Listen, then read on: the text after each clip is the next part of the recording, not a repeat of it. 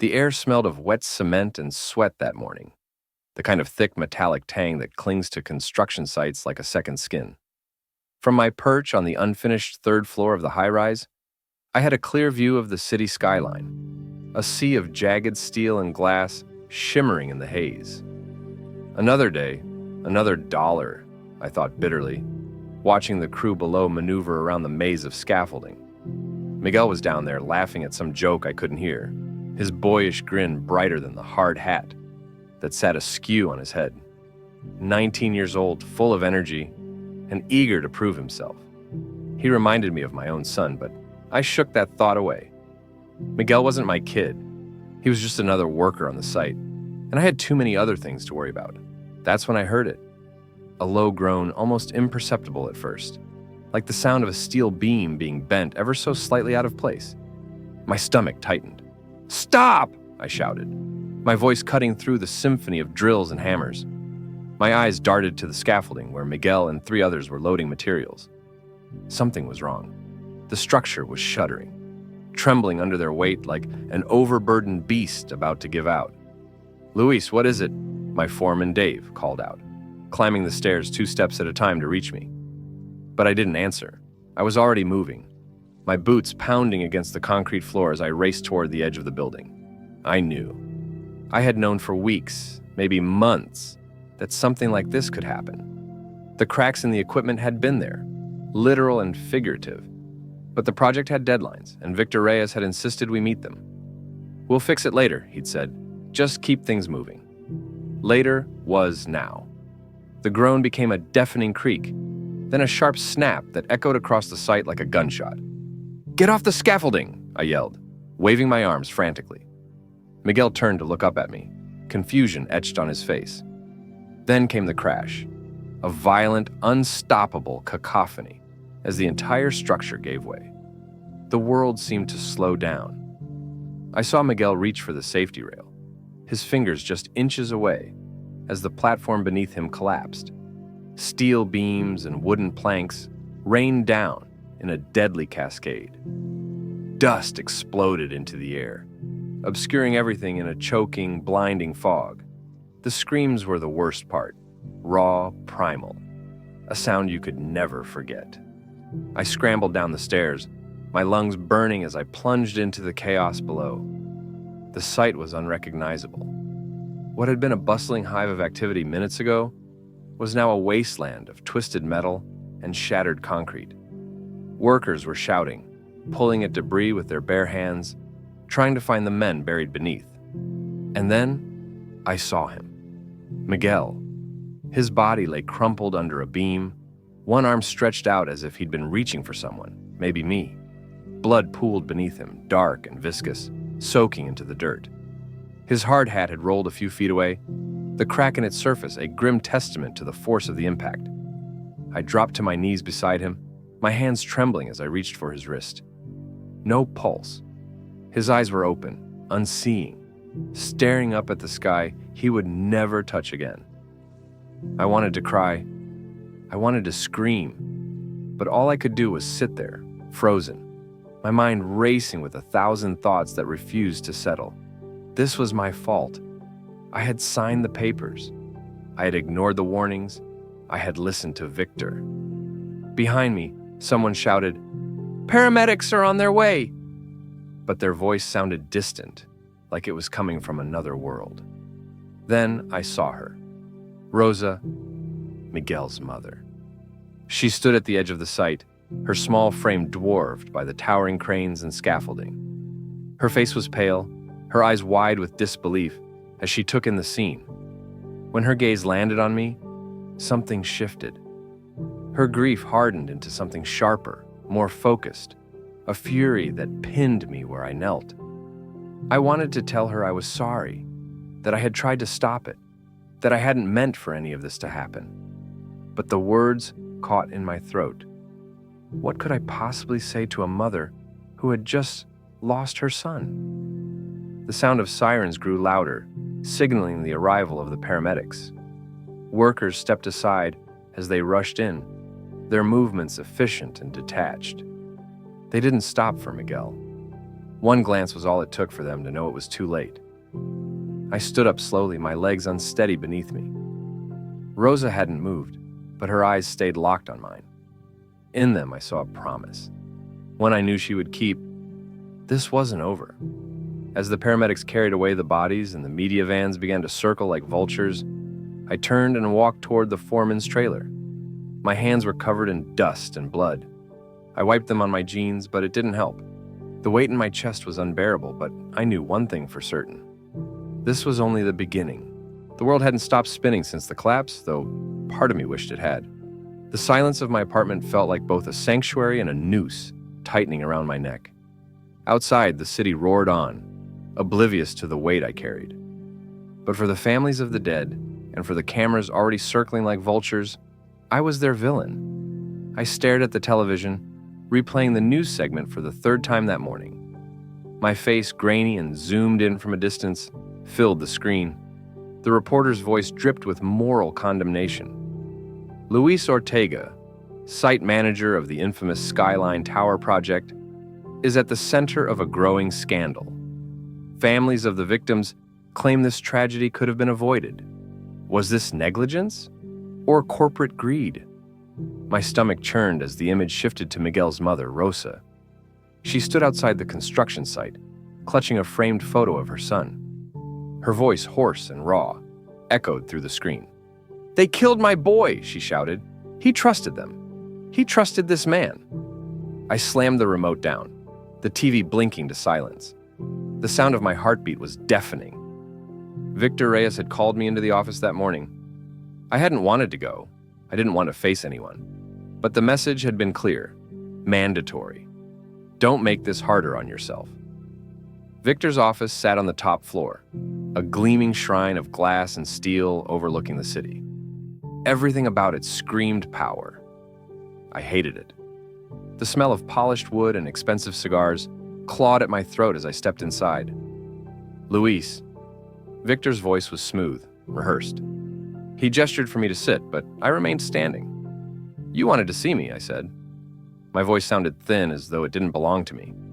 Victor leaned back in his chair, fingers steepled.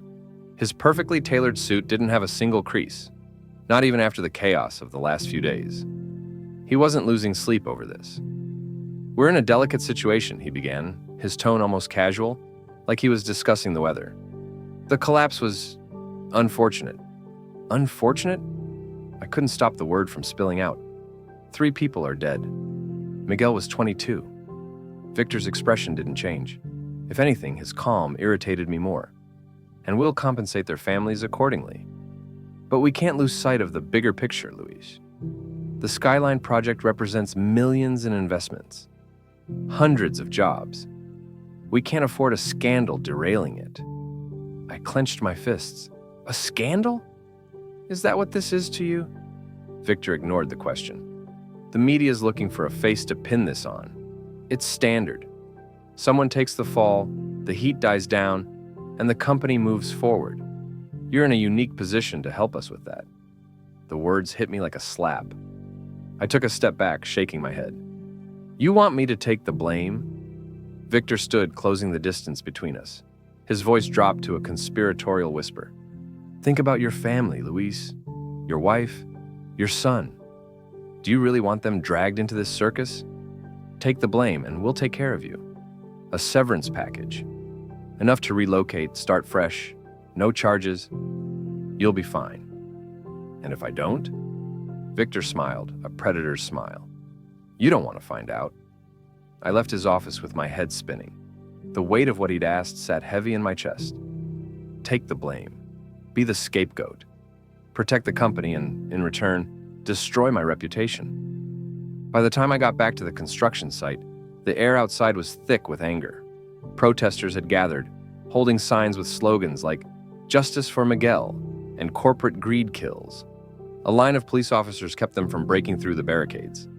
I lowered my head and tried to slip inside unnoticed, but the moment I stepped out of my car, the crowd spotted me. "There he is!" someone shouted. The wave of noise was deafening. Shouts, curses, and accusations rained down on me like hail. A woman hurled a plastic bottle that missed my head by inches. "You killed my brother!" a man screamed, his face twisted with rage. I kept walking, my shoulders hunched, but then I saw her. Rosa. She wasn't shouting. She wasn't waving a sign. She simply stood there, staring at me, with eyes that burned with grief. She stepped forward, pushing past the police barricade. A picture frame was clutched in her hands. For a moment, I thought she might hit me with it. Instead, she threw it at my feet. It shattered on the pavement. "You took him from me," she said, her voice low and trembling. "You knew it wasn't safe, and you let him go up there anyway. You killed him, Luis Ortega." I couldn't speak. My mouth opened, but no words came. The police pulled her back, and I hurried inside, her words following me like a shadow.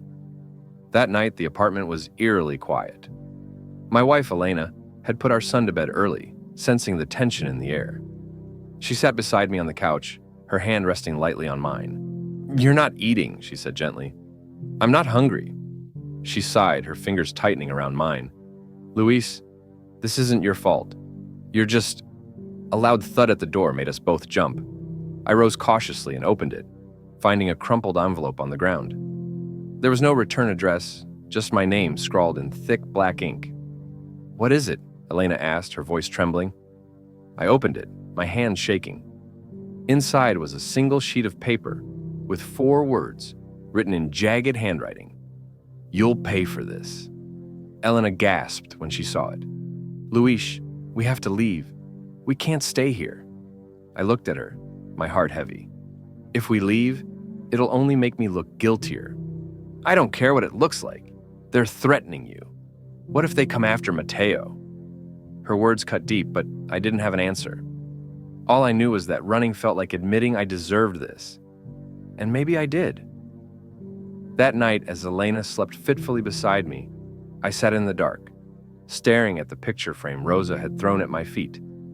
In the broken glass, I saw Miguel's face, his wide smile frozen in time. I whispered into the silence, "I'm sorry." But the silence didn't answer. The nightmare came again. Miguel stood on the scaffolding, his hard hat tilted back, laughing about something I couldn't hear. It was sunny, brighter than it should have been, and the construction site felt eerily still. Then, with a groan and a metallic snap, the beams gave way. Miguel's face turned from joy to terror as he plummeted into the void.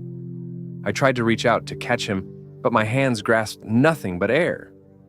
I woke up in a cold sweat, my chest heaving, the darkness of my bedroom pressing down on me like a weight. Beside me, Carla stirred but didn't wake. I envied her ability to sleep. She hadn't seen what I had. She hadn't stood there, powerless, as lives were snuffed out in the blink of an eye. I sat on the edge of the bed, running a hand through my hair. The house was suffocatingly quiet except for the faint hum of the refrigerator in the next room. The air felt thick, heavy with the guilt he carried. I couldn't keep going like this. The whispers of doubt had been gnawing at me ever since the accident, but now they were deafening. Victor's reassurances, the promises of legal immunity, and the payout. It all felt hollow. The truth was, I didn't just feel responsible. I was responsible. Not alone maybe, but enough that it kept me awake at night, long after Carla and my son, Mateo, had drifted off. I needed answers. Luis sat in his car outside the office the next day, his fingers drumming anxiously on the steering wheel. It was early before most of the staff would arrive. His badge still gave him access to the building, and he prayed no one would question why he was there so early. The fluorescent lights in the office buzzed faintly as I made my way to the engineering department.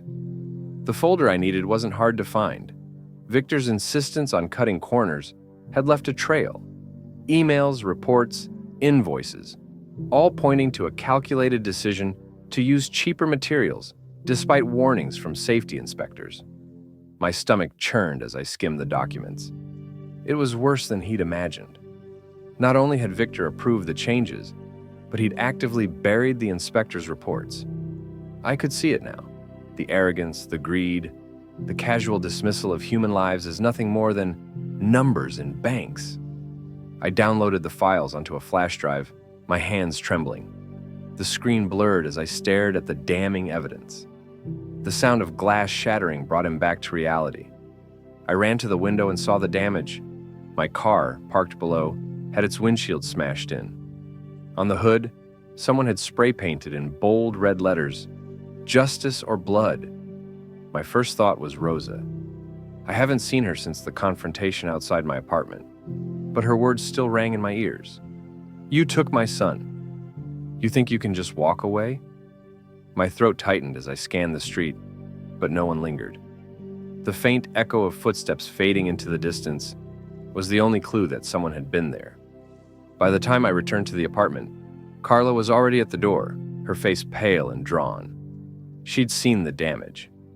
Mateo clung to her leg, confused and afraid. "Luis," she whispered, her voice trembling. "What's going on?" I hesitated, the weight of the truth pressing down on me. "It's nothing," I said finally, my voice unconvincing. "Just some angry people who don't understand the whole story." Carla's eyes searched my face, and I could see the doubt creeping in. "Luis, this isn't just angry people. They're coming after us now." "Mateo," she choked on the words, pulling our son closer. "I'll handle it," I said, though I wasn't sure how. Carla shook her head. "We should leave.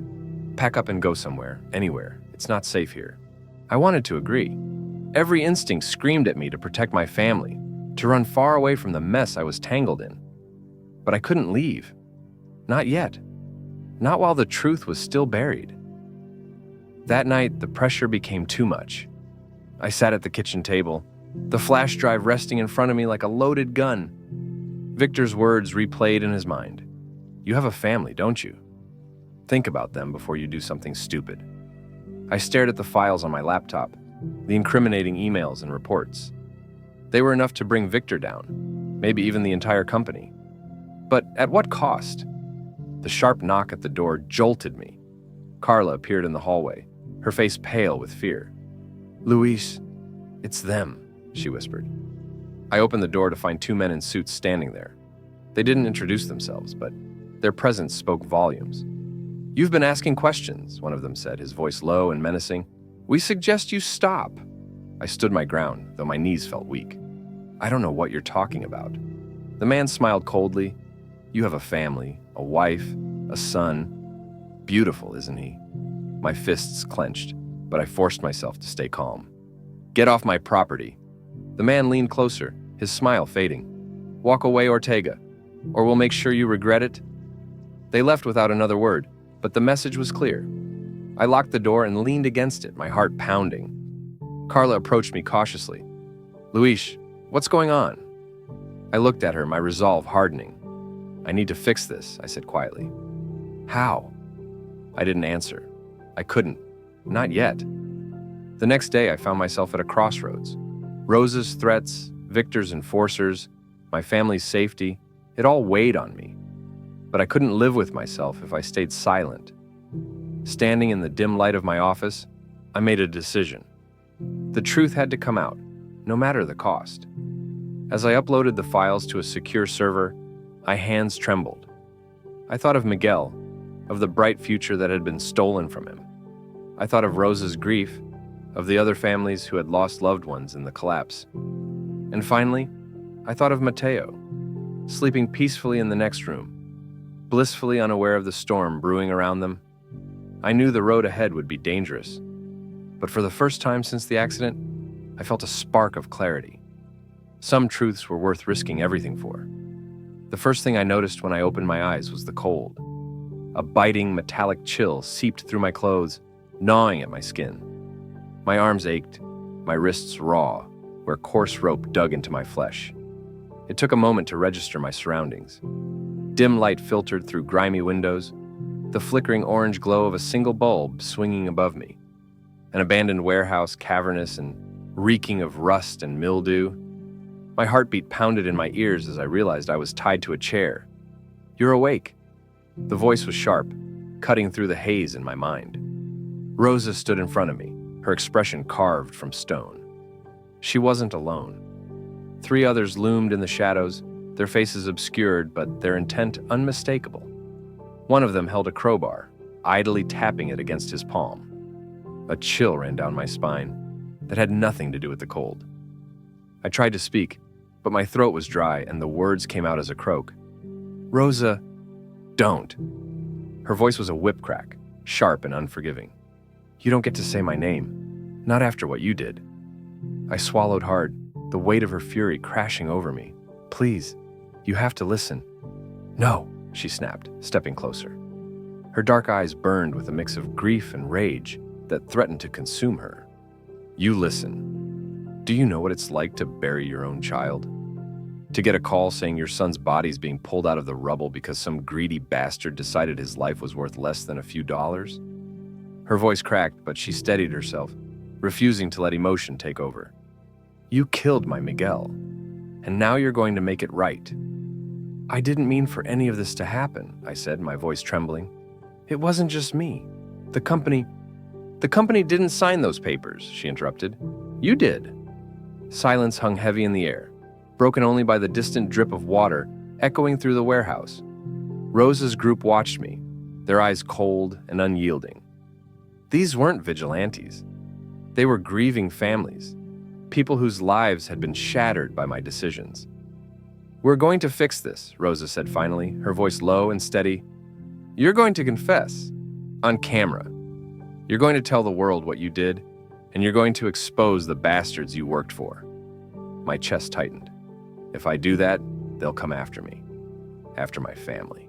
"Your family?" Rosa's laugh was hollow, a bitter edge to it. "You're worried about your family? Miguel was my family. Do you think I get to go home to him? Do you think his little brother gets to hug him again?" She leaned in close, her face inches from mine. "You don't get to hide behind your family. Not anymore." I closed my eyes, the weight of her words pressing down on me. She was right. No excuse, no rationalization could change the fact that my choices had cost lives. But the thought of dragging my wife and son into this... "I have evidence," I said, my voice barely above a whisper. Rosa's eyes narrowed. "What evidence?" "Emails, documents," I said, grasping at the lifeline I'd just created.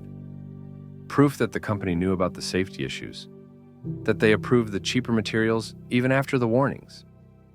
I can get them, but I need time." Rosa studied me, her gaze piercing.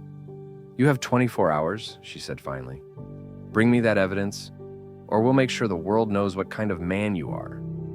"And if I run?" I asked, though I already knew the answer. Rosa's expression hardened. "You won't stop running, not ever, and we'll find you, no matter where you go." She stepped back, signaling to the others. One of them cut the ropes binding me, and I slumped forward, my body trembling. As I stood on shaky legs, Rosa's voice stopped me. "Luis," she said, her tone softer now, almost mournful. "Do the right thing. For once." The walk home was a blur. The streets of the city felt different now, darker and more hostile. Every shadow seemed to hold a threat, every passing car a potential enemy. By the time I reached my apartment, my hands were trembling so badly I could barely unlock the door. Inside, the world felt painfully normal. My wife, Clara, was asleep on the couch, a blanket pulled up to her chin. Our son, Mateo, was sprawled out in his crib, his tiny chest rising and falling in peaceful rhythm. For a moment, I just stood there, taking it all in. This was what I stood to lose. My family. My life.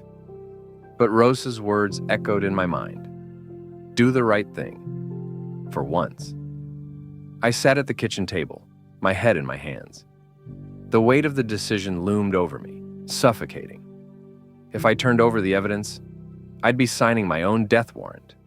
Victor and his cronies wouldn't just let me walk away. And even if they didn't come after me, the fallout would destroy Clara and Mateo's lives.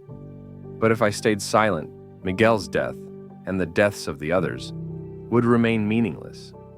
Rosa's grief would fester, unacknowledged, and the men responsible would continue to profit, building their empire on the backs of the dead. I thought of Miguel's face, the way he'd smiled that morning as he joked with his co-workers. I thought of his mother standing in the rubble, screaming his name as tears streamed down her face. And I thought of Mateo, asleep in his crib, oblivious to the storm brewing outside our walls. I made my decision. The next morning, I called Clara into the kitchen. She looked at me with tired eyes, worry etched into her features. "Luis, what's going on?" she asked. I took her hands in mine, my voice steady despite the storm raging inside me. "Clara, I need you to take Mateo and go to your sister's. Just for a few days." Her brow furrowed. "Why? What's happening?" "I can't explain right now," I said, "but it's important. Please, just trust me." She hesitated, searching my face for answers. Finally, she nodded. "Okay, but you're going to tell me everything when I get back." "I promise," I said, the lie tasting bitter on my tongue. As I watched her pack their bags, a part of me wanted to stop her, to pull her close and beg her to stay. But I knew this was the only way to keep them safe. Once they were gone, I sat down at my computer, my hands shaking as I typed. I had 24 hours to change everything, and I knew there was no turning back. The office was dark, except for the dim glow of the city bleeding in through the massive floor-to-ceiling windows. I stood outside the construction company's headquarters, my breath fogging up in the freezing night air. The USB drive hung like a noose around my neck, hidden beneath my shirt. This was my last chance to set things right, or to lose everything for good. As I pushed open the glass door, the security guard at the desk gave me a bored glance, not even looking up from his phone. It was late enough that no one would suspect I had come here for anything other than tying up loose ends. My chest was tight, my every movement stiff and mechanical, as I muttered a vague excuse about forgotten paperwork and walked past him toward the elevator bank. The moment the doors closed around me, my mask slipped. My heart pounded so loudly, I was sure it would give me away. My reflection in the mirrored wall stared back at me, pale and drenched in sweat. A man walking a tightrope over an abyss. The office floor was eerily quiet, the usual hum of life replaced by an oppressive stillness. I had worked here for years, but now every shadow felt hostile, every creak a threat. My desk was just a few feet away, but the real prize was Victor Reyes's office. The files I needed were there, on his computer. Evidence that would bring the company, and him, crashing down. The hallway leading to Victor's office stretched ahead like a tunnel, the faint hum of the fluorescent lights buzzing in my ears. As I approached, I felt a prickling at the back of my neck, a phantom hand warning me to turn back.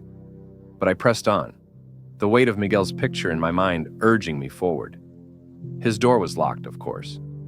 I pulled a slim tool from my pocket, something I'd picked up years ago when I was young and reckless, and jimmied the lock until it gave with a faint click. Inside, the air smelled like cigars and leather. Victor's arrogance was everywhere, from the mahogany desk to the framed photos of him shaking hands with politicians. I slid behind his desk and booted up his computer. It hummed to life, the glow of the monitor painting the room in pale light. My fingers flew over the keyboard as I bypassed passwords and firewalls, relying on tricks I'd learned in desperation over the last few weeks. Finally, I found what I was looking for. Emails, spreadsheets, and memos that left no doubt. Victor knew. He had signed off on everything, sacrificing safety for profits with a cold, calculated precision. The weight of it made me sick. I was halfway through downloading the files onto the USB drive when I heard the sound. Footsteps. My blood turned to ice as I froze, ears straining. The footsteps were deliberate, heavy, and getting closer. I yanked the USB drive from the computer and shoved it into my pocket, just as the door burst open. Victor stood there, flanked by two men built like bulldozers. His sharp suit and slicked-back hair didn't hide the fury twisting his face. "Well, well," he said, his voice dripping with mock surprise. "I figured you'd try something stupid, Luis, but this is bold, even for you." I said nothing, my throat too dry to form words. My mind raced, searching for a way out. Victor strode toward me, his enforcers closing in behind him. "You really think you can play the hero now, after everything you've done?" He laughed, a low, chilling sound. "Let me guess. You were planning to take this to the media? Maybe Rosa's little group of vigilantes?" At the mention of Rosa, my fists clenched. "They deserve to know the truth," I said, my voice trembling but steady. Victor's smile vanished. "The truth?" He leaned in close, his face inches from mine. The truth is meaningless, Ortega. No one cares about 3 dead workers. They care about skyscrapers, about profit. You think exposing me will change anything? The world moves on. I didn't flinch, but his words landed like blows. He gestured to one of the men, who stepped forward, cracking his knuckles. You know, Victor said almost casually, I could make you disappear right now. It'd be easy. But I'm feeling generous. He leaned back, feigning magnanimity. Hand over the USB, and I'll make this all go away. Your wife, your son, they'll be safe. You can start over somewhere else. No one needs to know. For a moment, the temptation was suffocating. I could see my son's face, his innocent smile, his small hands clutching my sleeve. I could protect him. I could protect them both. But then Miguel's face flashed before me. His laughter, his hopes, and the way his mother had screamed my name in the street, her grief piercing the air like a blade. No, I said. Victor blinked, then smiled coldly. No? I tightened my grip on the USB in my pocket. Number, I'm done protecting you. Victor's smile faltered, and for the first time, I saw something behind his eyes. Fear. What happened next was a blur. The enforcers lunged for me, but I was faster. Years of running construction sites, giving me an edge in tight spaces. I ducked under a punch, grabbing the desk lamp and smashing it into one man's face. The other grabbed me from behind, but I twisted, driving my elbow into his ribs. Victor shouted something, but I wasn't listening. My only goal was escape. I bolted down the hallway. The sound of pursuit echoed behind me, but adrenaline pushed me forward. I burst out of the emergency exit, the freezing air hitting me like a slap. I didn't stop running until I was several blocks away, hidden in the shadows of an alley. My chest heaved, my legs trembling beneath me. But the USB was still in my pocket, its weight heavier than ever. The next morning, the evidence was everywhere. The emails, the spreadsheets, the memos, all of it published by a local journalist willing to take the risk. And then came the interview. I sat in front of the camera, my face pale and drawn. The world was watching, and for the first time, I told the truth. About the accident, about the company's corruption, and about my own guilt. I didn't hold back. I didn't make excuses. When it was over, the studio was silent. The weight of my confession hung in the air like smoke.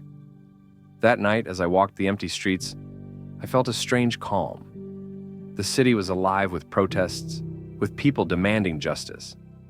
Victor's arrest was splashed across every screen, his empire crumbling beneath the weight of his lies. But I knew the cost. When I returned home, the apartment was empty. My wife and son were gone. A note sat on the kitchen table. We can't do this anymore. I'm sorry. I sat in the silence, the weight of everything finally crushing me. Miguel's face appeared in my mind one last time. I whispered his name, a prayer, a penance. And then I walked out into the night, a man with nothing left but the truth. The television screen flickered in the empty living room. The replay of my confession muted but unmistakable. My face filled the frame, gaunt, haunted, a man weighed down by his sins. I looked like a stranger to myself.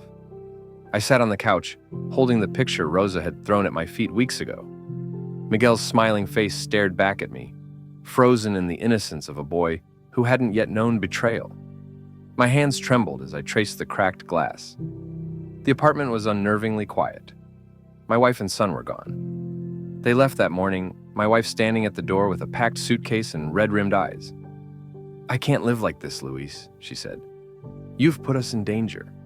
I need to protect him. She didn't need to say who him was. I heard my son's small voice echoing through the hallway as they walked away. I didn't stop her. What could I say? That she was wrong? That I hadn't endangered them with my silence, my cowardice, my endless rationalizations?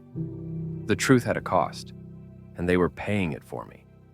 I was just a man left behind, drowning in the wreckage of my decisions. I stood and walked to the window. The city outside looked different now. It wasn't the towering skyline or the noise of cars honking below. It was the people. I saw the faces of the grieving families and every stranger. The boy selling newspapers reminded me of Miguel's younger brother, Tomas. who Rosa had once said couldn't sleep without his brother telling him bedtime stories.